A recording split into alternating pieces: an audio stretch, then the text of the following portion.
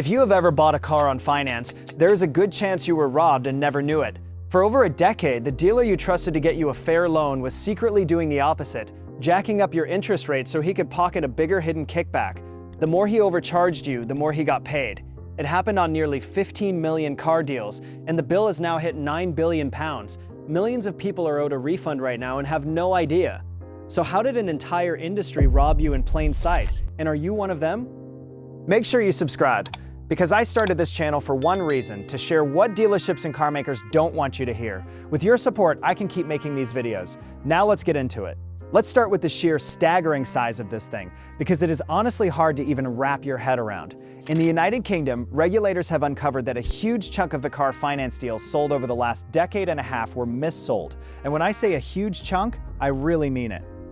We are talking about around 14.2 million individual finance agreements, which works out to roughly 44%, very nearly half of every single car finance deal made in the entire country since 2007. Stop and think about that for a second. If you bought a car on finance in Britain at any point in the last 15 years, there is close to a coin flip chance that you personally were one of the people caught up in this. And the bill for it is absolutely enormous. The lenders have now been ordered to pay out around £9 billion in compensation to the very people they overcharged. £9 billion. This is not some small technical error that clipped a handful of unlucky buyers. This is one of the single largest consumer scandals in modern British history, sitting right up there with the biggest banking scandals the country has ever seen.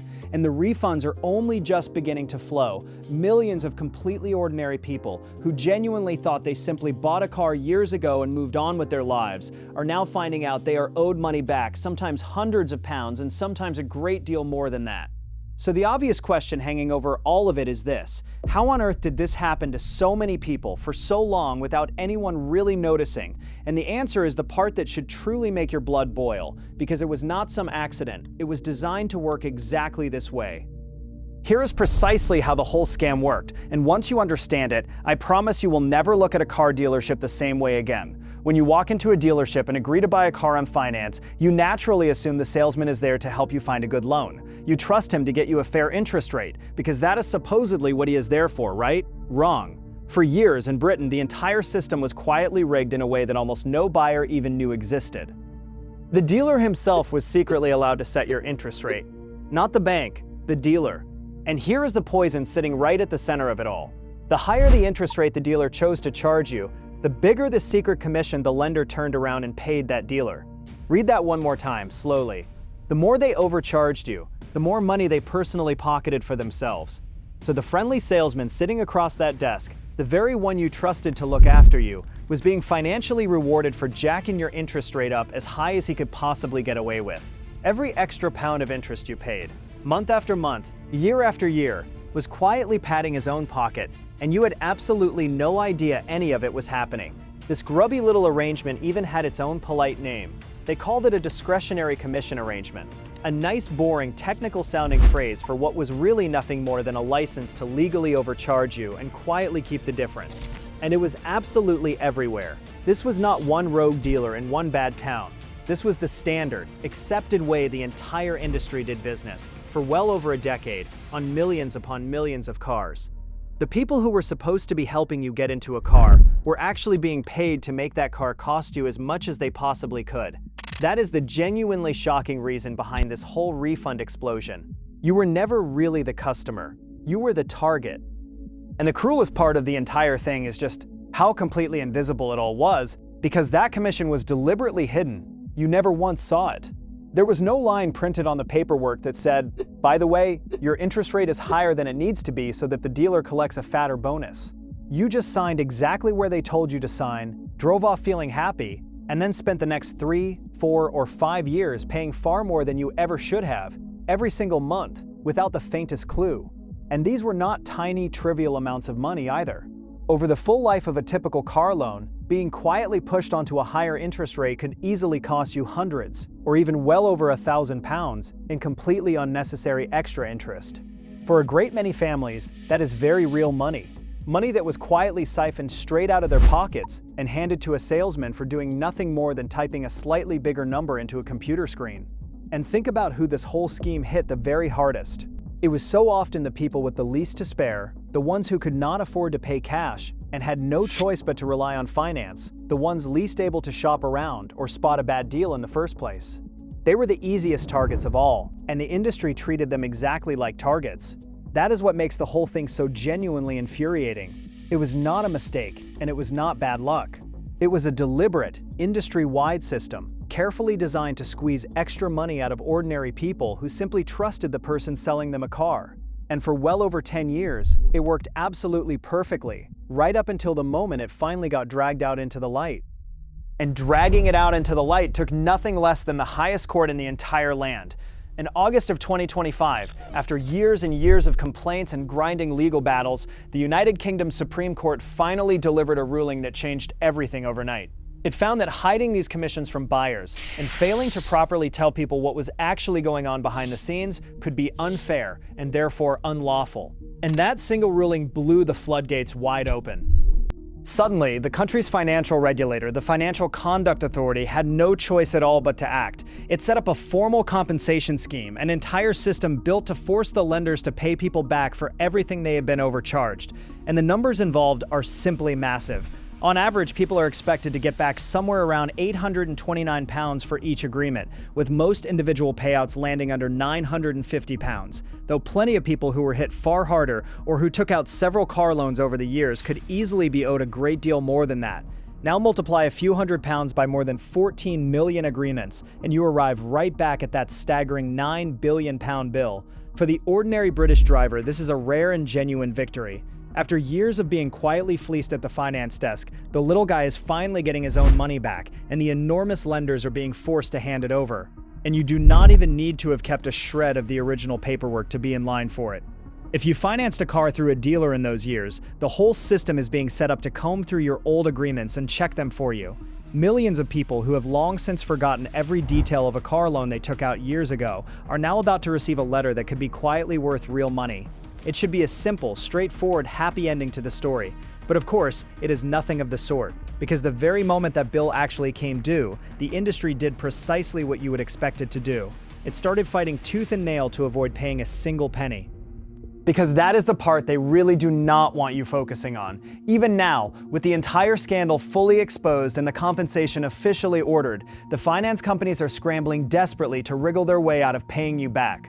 The whole scheme has been hit with a wave of legal challenges, and just look closely at exactly who is doing the challenging. The finance arms of some of the biggest names in the entire car world, including the likes of Volkswagen and Mercedes-Benz, right alongside other major lenders, have all launched legal challenges against the compensation scheme itself. Think about the sheer breathtaking nerve of that for a moment. They ran a system that quietly overcharged millions of people for well over a decade. They finally got caught red-handed. They were told plainly to pay it all back. And their response is to lawyer up and fight to keep the money anyway. And it is working, at least for now. Because of all these legal challenges, the entire thing has been dragged out and delayed. The lenders have been told they do not even have to calculate, let alone pay out, a single penny until these legal challenges have been properly heard, and that hearing is not even expected until late 2026, or possibly even early 2027, with the final judgment landing months after that. So the very people who were robbed in the first place are now being told to wait, yet again, while the exact companies that robbed them make one last desperate attempt to hold onto the cash. Here is my honest opinion on all of it. That single fact tells you absolutely everything about how these companies genuinely see you. Not as a valued customer to be served, but purely as a source of money to be squeezed, right up until the very last possible second, even after they have already been caught in the act. But this whole finance scandal is still only one half of the reason British drivers are now sending things back and loudly demanding their money. The other half is about the cars themselves. Because at the very same time all of this was blowing up, more and more Britons started fighting back hard on a completely separate second front by rejecting faulty cars outright and demanding full refunds for them. And here in the UK, the law is genuinely on the buyer's side in a way that a surprising number of people simply do not realize. Under something called the Consumer Rights Act, if you buy a car and a serious fault shows up within the very first 30 days, you have the outright legal right to hand it straight back and get a full refund, no arguments and no haggling. And even within the first 6 months, if a fault appears and they cannot manage to fix it, you can then demand your money back or a proper price cut. And as modern cars have become vastly more complicated, stuffed to the roof with glitchy electronics and unproven new technology, more and more people have started actually using that right.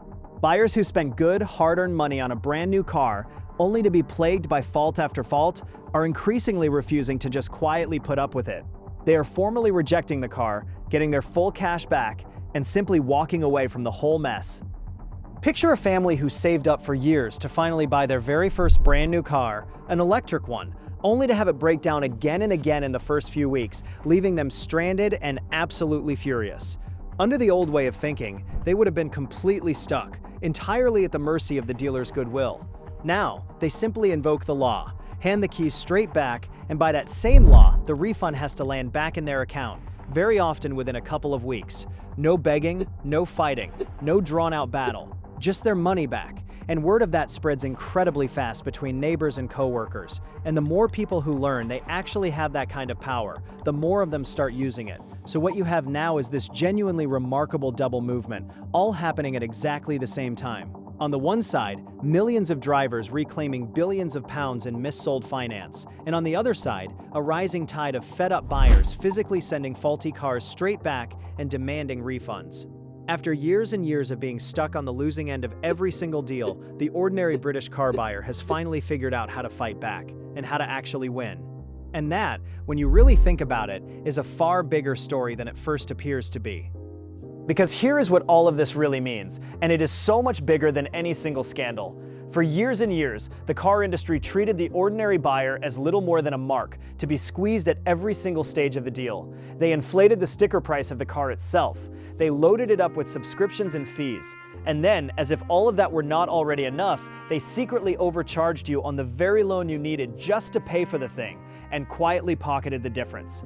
Every single step of the journey, from the moment you first walked into that showroom to the moment you made your very last payment, was carefully engineered to extract more money out of you than it ever honestly should have. And for a very long time, buyers simply accepted it because they did not know any better, and because it genuinely felt like there was nothing they could possibly do about it.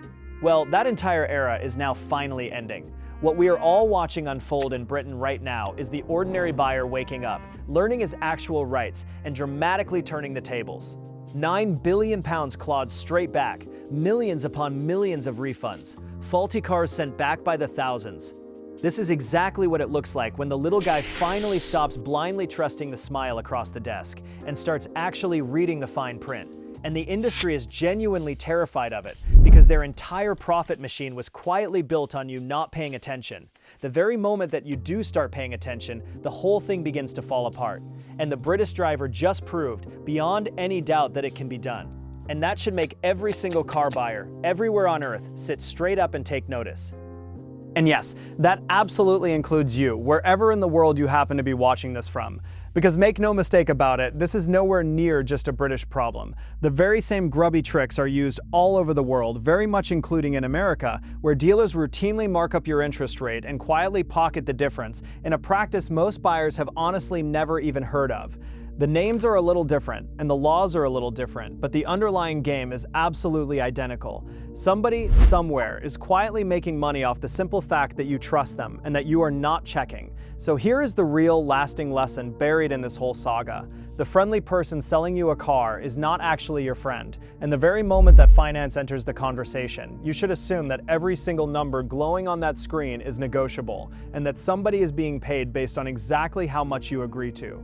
Check the interest rate yourself. Shop the loan somewhere else entirely before you ever set foot inside that dealership. And genuinely know your rights, because the law almost certainly gives you far more power than the industry ever wants you to realize you have. The British are proving right now, in real time, that when buyers finally push back together, they can claw billions of pounds straight back out of an industry that arrogantly assumed it would never once have to answer for any of it.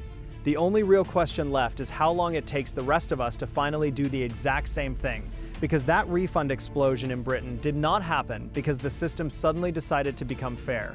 It happened because ordinary people finally, at long last, stopped trusting it. The court hearing that decides exactly when all of those billions actually get paid out is set to land in late 2026, and the lenders are throwing absolutely everything they have at delaying it even further. Subscribe so you know the very moment that money starts flowing and whether this same overdue reckoning is finally coming for the rest of us too.